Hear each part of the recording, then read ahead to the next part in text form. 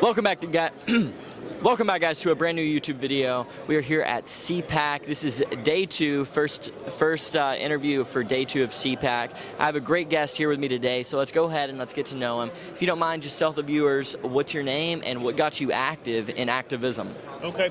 My name is Scott Shepard. I'm the director of the Free Enterprise Project at the National Center for Public Policy Research, which is about as anodyne a name as you can come up with. But, you know, and what we do is we fight against the wokeness of corporations and the leftward drift of corporations. And Larry Fink at BlackRock and Brian Moynihan at Bank of America, their efforts to push the left-wing agenda through by forcing corporations to toe the left-wing line. Wow, I have many questions for you. Do you have like some success stories that you would like to tell the people of the success you've had in activism and reforming some of these institutions?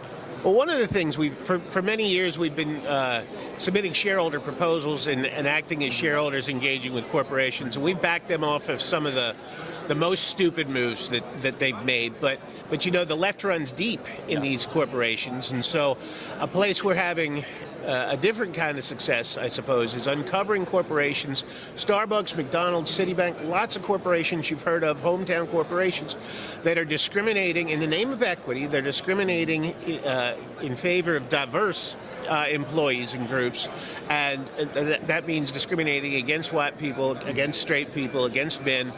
And the thing is, we all have the same civil rights as everybody else. You can't discriminate against anybody, and there's no hidden sixth section to the 14th Amendment that says, well, but you can discriminate all you want if you just label the people you want to discriminate for diverse. Right. That's not how it works. And so we're suing Starbucks, the directors and executives of Starbucks, because they're actively discriminating by race and ethnicity. We've made demands at some other corporations, including Pfizer, and I don't have to tell your viewers that Pfizer's about as evil a company as they come these days. I just read the other day that they'd shut down a study looking into how their vaccines would affect pregnant women. And you know, there's some suggestions that they might have known that the troubles that would arise with young people. So we're pushing back against these corporations. We're suing them, and we're making demands, and working with state officials to get action in the red states to thwart what the Biden administration's trying to do on this front. Wow, that's awesome, and I applaud the work that you are doing. I want to touch a little bit on Starbucks, because I've noticed Starbucks being woke over the years. It's not just like yesterday that they became woke. I've noticed it, and before I became active in the activism world, I noticed it, and I actually, it was during Christmas time, and I saw a media article on how they were removing Christ off all of their cups, and it was just like Merry Xmas, but it was an intentional thing to remove Christ, and they were like, we just can't have that showing in Starbucks because we don't want to offend any of our customers. Then I saw another thing, this was a couple years ago, and it was where they drew a pig. One of the employees drew a pig on a police officer's cup, and then they refused, after the cop called them out and was like, you know, this is wrong, they refused to fire the employee for doing that. Yeah. So, you know, just signs here and there I had noticed of Starbucks going downhill. What do you think is making these institutions go downhill? Do you think it's just following the money, or do you think these people are actually just this woke? Well, in some corporations, it's being bullied by Larry Fink and BlackRock and Bank of America and others. But Starbucks is just run by woke lunatics. Howard Schultz is a three-peat CEO because they keep bringing in other CEOs and they keep failing because when it comes to it, Starbucks is gross coffee. And so they've got a real product problem. But you'll recall that a few years ago, some outlet asked some disruptive non-customers to leave, and those non-customers happened to be black, and so the company had a meltdown, shut all its stores to try to train its baristas in racial awareness, and then thought that the kids who served you coffee were the right people to start a national conversation about race. Well, that's absurd, right? And they've got this new third way policy that in response to kicking out disruptive non-customers, that they've become America's public bathroom. You can just go in there and use the bathroom, and they support policies like defunding the police so that they're having to shut down stores in places that follow their stupid policies because they get homeless people in there or drug users in there and leave their dirty, nasty needles for the employees to pick up. And it's just, they can't get the liability insurance, they can't run their stores anymore. So their policies are costing shareholders money.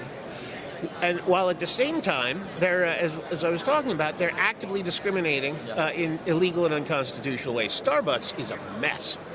No, what amazes me is I don't think they understand the impact that their decisions are going to have on the American people just in the name of quote-unquote diversity. Like, sure, they get their way and they get more diversity, aka racism, but in doing so you have so many underlying issues such as economic issues that is going to cause, and I think we could agree the increase in violent crime from some of these policies they're wanting to take. You know, do you think that they realize this, or do you think they just don't care? Well, again, there are some who don't care, and there are some who are true believers who just refuse to look beyond their own shibboleths, their own slogans. But you're absolutely right that this discrimination in favor of diverse organizations. George Bush 25 years ago was talking about the soft bigotry of low expectations. This is the complete bigotry of no expectations. Hire and promote on merit, and people who are working hard and succeeding will work hard and succeed, and you'll make money for your shareholders, you'll serve your customers and stakeholders, you'll do everything right. And you won't reintroduce racism and sexism in systemic forms throughout the American workplace again. We took 60 years to stop that. Right. And these idiots want to bring it back. And as you say, it's going to cause it's already causing tremendous damage throughout American society.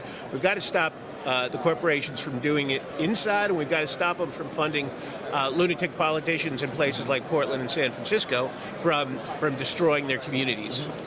And you can see these institutions politicizing everything. I'll take, for instance, I think it was maybe a month ago, I was in Los Angeles, and there was a shareholder meeting for Walgreens in which they were going to dispense the abortion pill. And so anyways, of course, I protested the event, had a big activism gathering to shut the event down. But it just amazes me how these major institutions are getting so involved in politics when they really don't have a place in politics. Their job is to give us goods, and we're the producers, or excuse me, they're the producers, we're the consumers. And it should be the beginning and the end of that conversation. They shouldn't be politicizing everything. Why do you think that all of these major corporations such as Walmart, Walgreens, CVS, Starbucks, they're getting so involved in politics? Do you think that there's money to be had and that's why they're doing it? Or do you think they're just evil? Well, there are a couple of reasons. Some are true believers. Some of it's because the left has eaten our lunch. We're a small group that does shareholder activism from the right, but there are 120, the As You Sow coalition of about 120 groups on the left that have been doing this for 30 or 40 years, pushing them left. Yeah. And businessmen then were just like, oh, give them what they want and make them go, so they'll go away, not realizing that they were always going to come back for more. But part of it is also because Larry Fink at BlackRock has $10 trillion of other people's money. And he violates his fiduciary duty, he violates his disclosure duties, he violates the law all over the place to use all of that money to force corporations to do his left-wing personal policy preferences. Yeah. And in doing that, he's, as I say, breaking the law, violating his duties, and we've got to hold him to account. Mm-hmm. And red states are starting to do it, right-wing shareholder activists like us are starting to do it, and grassroots people like you are starting to do it, and that's great news, and I hope we can talk more about getting grassroots involvement in this, because that's really the next step. Yes, 100%. I think, lastly here, you would really appreciate the organization that we're here with right now, GOUSA, and key word in GOUSA is opportunity. We believe in opportunity for all, and let me just share with you kind of the message behind it. So it holds our politicians accountable based on two aspects. Number one, are you working for the Constitution, the most important document in American history, other than the Bible, of course? And then number two, are you working for the will of the majority of the American people? So, for instance, late trimester abortions, only 10% of the American people support that, yet you have a lot of politicians that do. So if you support it, you're clearly working against the majority of the American people, therefore you would get a lower opportunity score. But then flip the switch to mandatory voter ID. Well over half of the American people support mandatory voter ID, voting in person with a mandatory voter ID. So if you are a politician that supports that, you would get a positive opportunity score. So it's just holding politicians accountable based on those two aspects and then letting the American people decide. Do you think that this is a system that could really change the dynamic in U.S. politics, and do you think it should be used within just the average everyday person? Well, listen, I think it's a wonderful system. I'm so glad to hear about it. I was talking to a colleague of yours.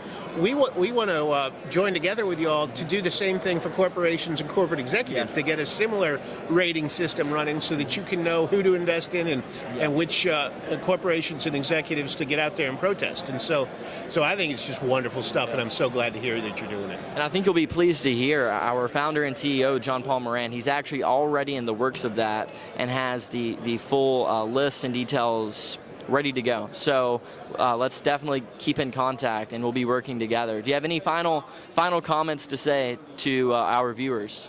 Well, I'd just like to let you know that you can always find us at freeenterpriseproject.org.